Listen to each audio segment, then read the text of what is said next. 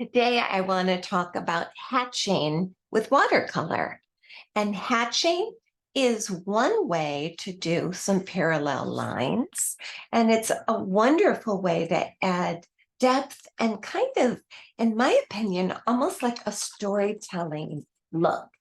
Let me get a regular pencil here. So hatching is like this.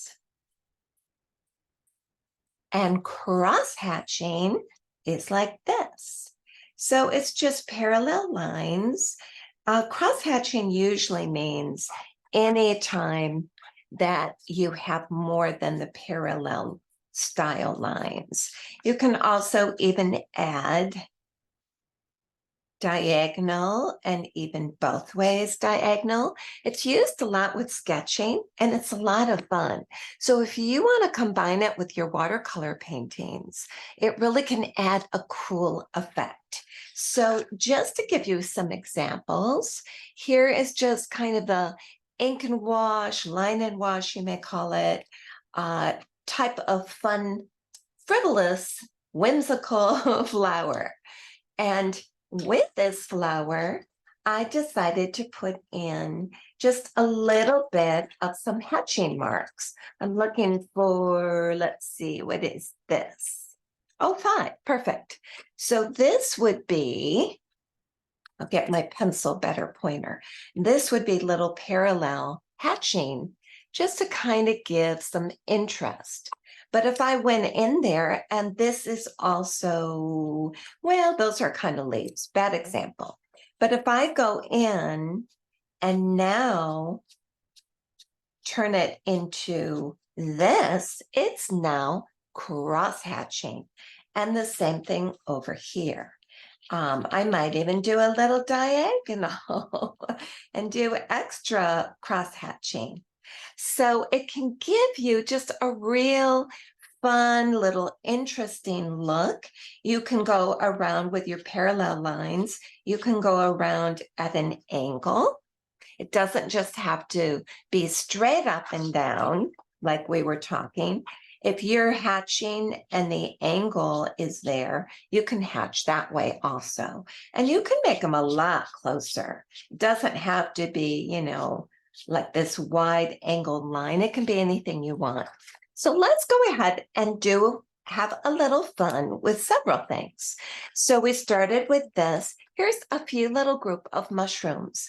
I did some little hatching around the edge of it, and I'm going to go ahead and do a little bit more just so you really understand the feeling and the fun of what hatching's all about.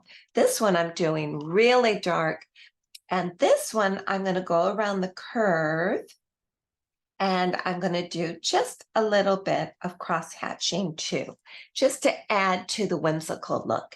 A lot of times I feel like hatching reminds me, it doesn't have to be, but me, it reminds me almost of like little storybook looking type of lines.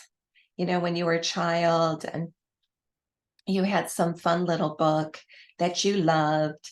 A lot of times I felt like those drawings, and when I used to sketch a lot, I used to do a lot of hatching in that style.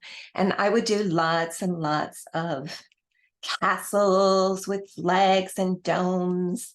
And in fact, I would like to do a castle with you. Let's do it. And then you'll really get it. I'm using a Micron pen. It doesn't have to be the Micron brand. And with this one, with this little grouping of cute mushrooms, I'm using a technique of hatching after the paint has dried. So let me go ahead next and do one before the painting. You can go either way. So let's pretend that we are creating a castle, since I brought that up. And I'm going to do everything kind of parallel-ish, just to keep the fun of the castle. So I'm doing big tower here. And wherever I end with, I just want to keep everything looking at least semi-straight. And let's see, I might do like a window, and I might do a dome right here. Don't you love my pretend world? And I'm being playful with it. It doesn't have to be total perfection in any way, as you can obviously see. But I do just want at least some of the lines to be architecturally straight, because that's one of those things that bugs me. So I don't want to contribute to my being bugged. I like lines to be straight in anything that has to do with buildings. So I'm going to do an arch there. I'm going to do something here. I don't know what. And I'm going to pretend I'm looking at this going, I don't know what I'm doing. But isn't it fun? I'm doing it with you. So I'm going to do another dome and one over here, just because I should have a dome short enough. I could have done a flag on it. Oh, well, too late now.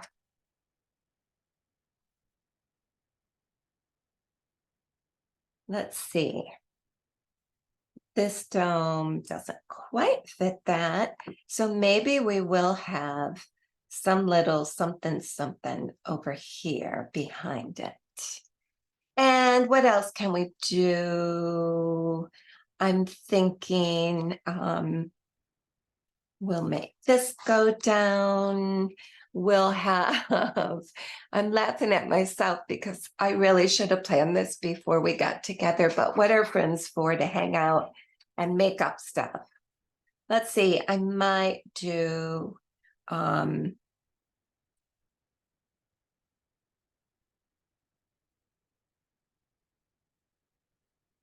I might do something like this behind. See, now I think in this case, the hatching is going to save my life. When I do hatching, I can probably get away with stuff that are just silly because I'm scrabbling without any idea in mind. I think I'm going to do a big open door. I mean, we should have a moat here, all that good stuff. Can you tell I like fairy tale stuff? Because I do. Some people never grow up. We just like that world. And I guess I'll bring it down without my ruler. I'll just pretend these lines are going to be just fine. And there is my castle. All right.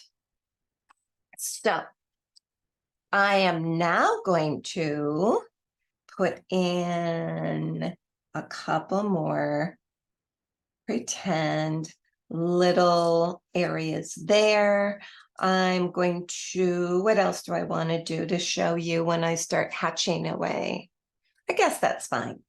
So with hatching, I'm first going to do some hatching along the side, just like with painting. It's kind of nice to have one side a little darker than the other, okay? And I'm going to do some over here.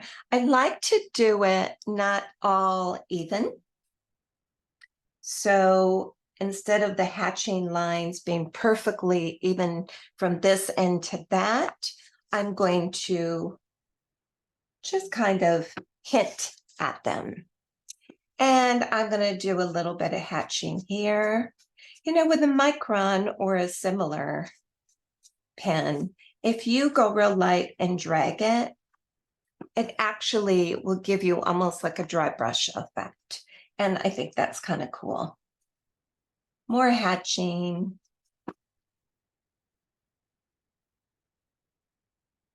And more hatching. And I'm not going to spend a lot of time making it like just look perfect in every way. I'm mainly just going to show you some styles of what hatching can do. I'm really going dark right there for two reasons. One, I wasn't crazy about the look, and hatching can definitely fix areas up that you go, I'm not sure if I like that. Well, hatch away and you can kind of correct some of that. I'm doing some more here. And let's see, what else should I show you? I'm going to pretend this is a window. I'm going to hatch away under any of these windows.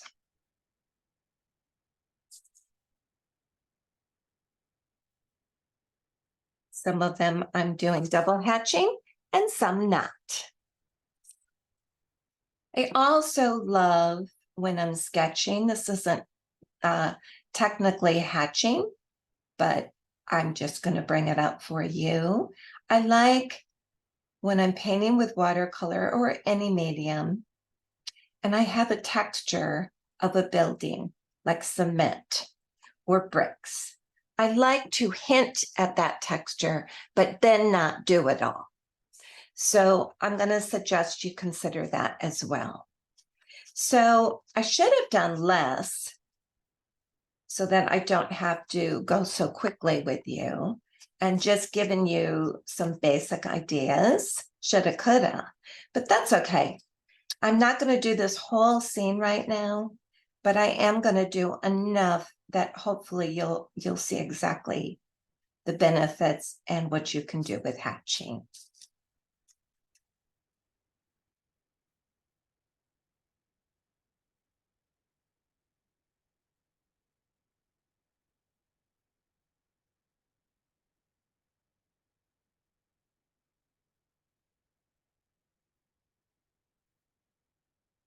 When I was a little child, I used to have so much fun doodling. And this actually kind of reminds me of it a little bit. Just making little fun things. Let's see.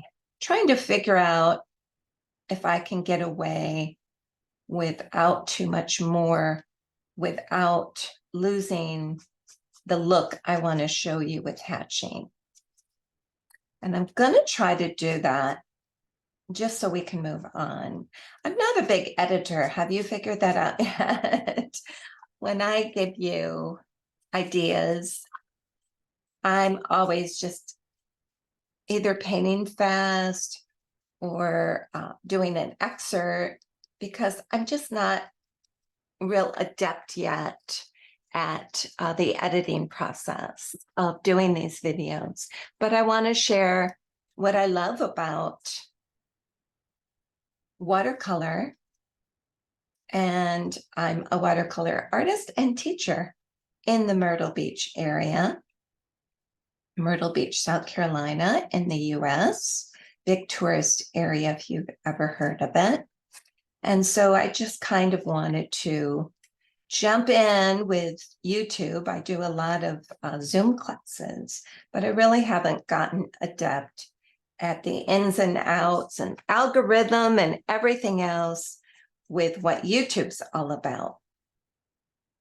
So I'm just kind of being real and sharing some of the ways that I think, I wonder what my camera is trying to do. Let's see if we can fix it. Let's see. That helped, didn't it? Okay. I was starting to say I'm trying to show you some of the things that are my tried and true ways to enjoy watercolor. And so that is why I'm here. I also hope you'll subscribe. So it just kind of is encouraging to me that you appreciate what I'm showing you. So if you would, more power to you. Thank you. I remember when I used to be on YouTube and watched people, and they'd say, please subscribe and click the bell. And I think, okay, I mean, I'm fine with that, and so I did. I figured it was helpful. Well, I didn't get how helpful. It really gives you a seat at the cool kid table. And so I'm hoping how things come back to you. And I was thinking, wouldn't it be nice if all the people that I click to be helpful, if I get all of those and then some. So there's my little castle. And now I'm going to paint I'm going to my number 4 brush. And I'm grabbing, so this one I'm first doing. The other 2 I showed you, I first painted, and then I went in and did the hatching. Well, right now I'm doing the opposite. I first painted, and now I'm just popping in some fun colors over it. Micron pens are crazy good with just drying immediately. So they're just a good way to do things. I'm going to pop in. First, I started with yellow ochre. Now I'm popping in with some raw umber. You don't need to use exactly the colors I'm showing you. If you want to, cool. And if you want to do whatever you got, that's great too. And I'm going to do the door and raw umber. This heavy wooden door, why not? And I'm going to, while I've got this color out, what else should I do? Maybe I will.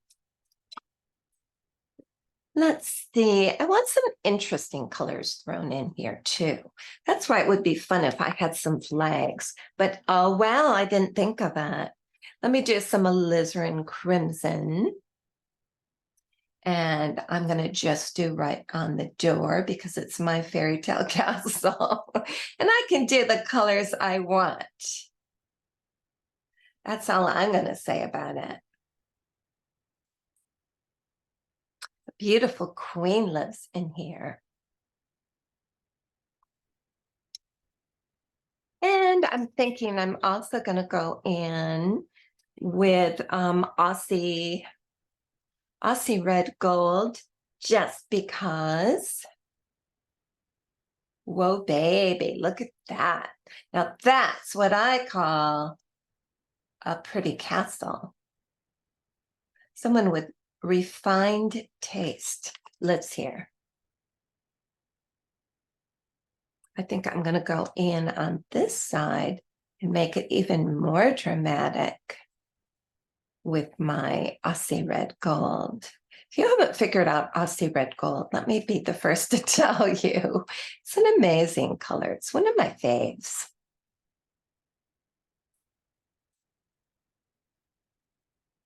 It is really bright and really dramatic. I love it for so many things, including flowers and rusty and orangey things. And now I'm going to add castles.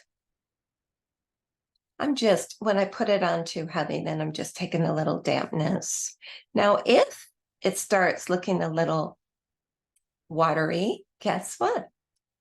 I think that'll look good. I don't mind. You know what I mean? Sometimes when you're painting and you start getting it a little bit on the cauliflower watermarks, this one might, because that's got a lot of water on it. But you know what? I'm in. If it does that, I'm totally in. I think now I'm going to, just to show you I have no sense, I think I'm going to use Quinn Gold. If you don't have Quinn Gold, use whatever your little heart desires. That's almost too close to Aussie Red Gold. So I might lift some of that up. I'll lay some down. I'm going to do a purpley color. That's what I'm going to do. That'd be pretty. I'm going to do Mineral Violet from Ingram. Yes, the rest have been Daniel Smith.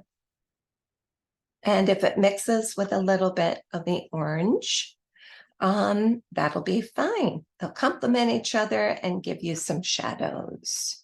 So that's fine with me. And if some of it turns out real bright, that's cool too. All the way around, it's good. Now with watercolor, as you know, or should know, so I'll tell you, sharing is caring, right? With watercolor, if you add more water, it's going to be lighter. You don't need any white. You just need water. What do you think of Miss Violet? Pretty out there, right? Well, you know why? This is the music tower. You perhaps were unaware.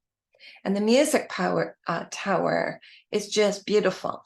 Inside, oh my goodness, tapestry all over.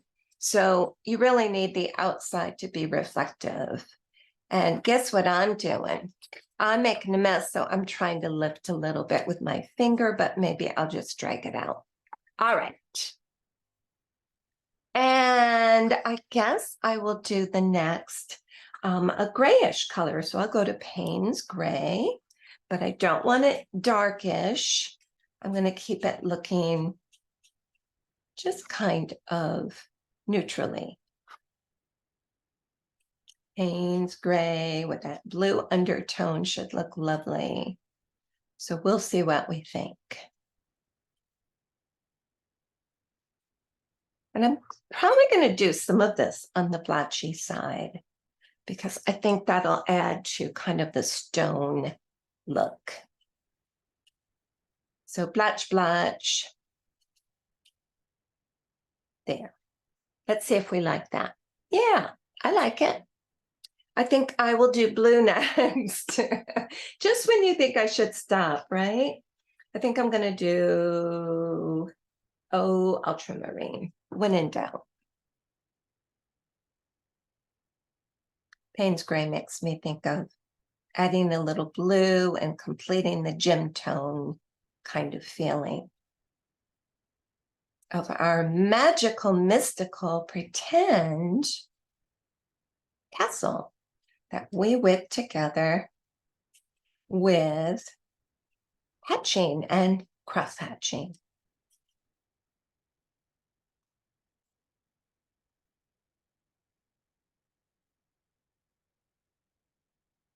And again, I want it to be kind of blotchy and lightish so that it looks maybe like kind of cement with all these beautiful colors, you know, like stucco-y or stones. So there we go. And now, if I were really smart, I would wait until this all dried. But since we're together, we want to finish it up, don't we? I'm doing a little bit of sap just to complete the look that this castle is built into this beautiful green grass. It's a very healthy place, a lot of sunshine.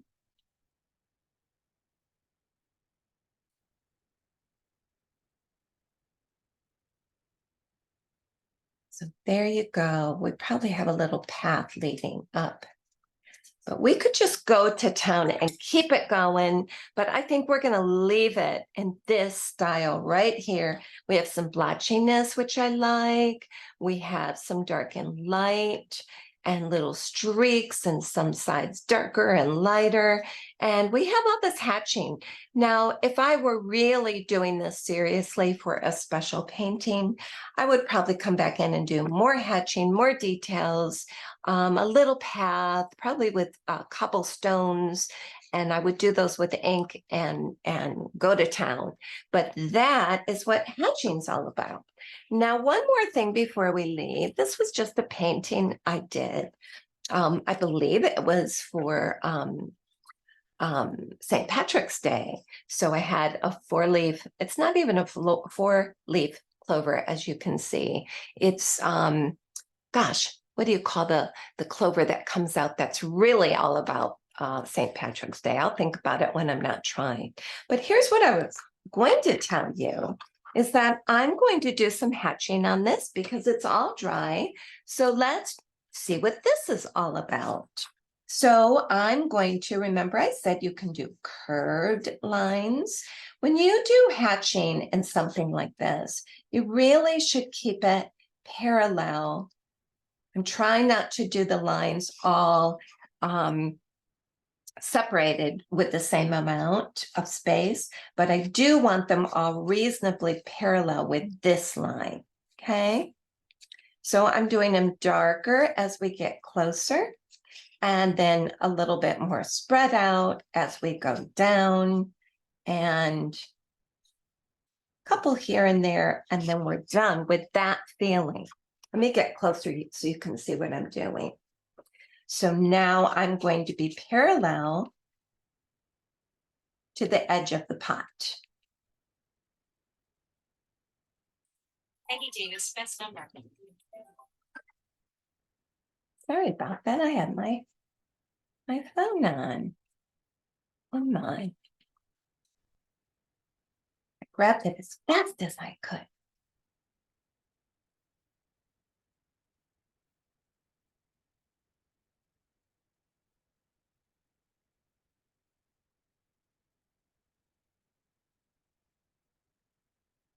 So here is some cross hatching done on a dry painting. Do as much or as little and as thin or as thick as I want, but hopefully this is giving you the idea of what it's about and what it can do to add to your paintings. Now I could do hatching inside here. I'll do a little bit just to show you what I mean.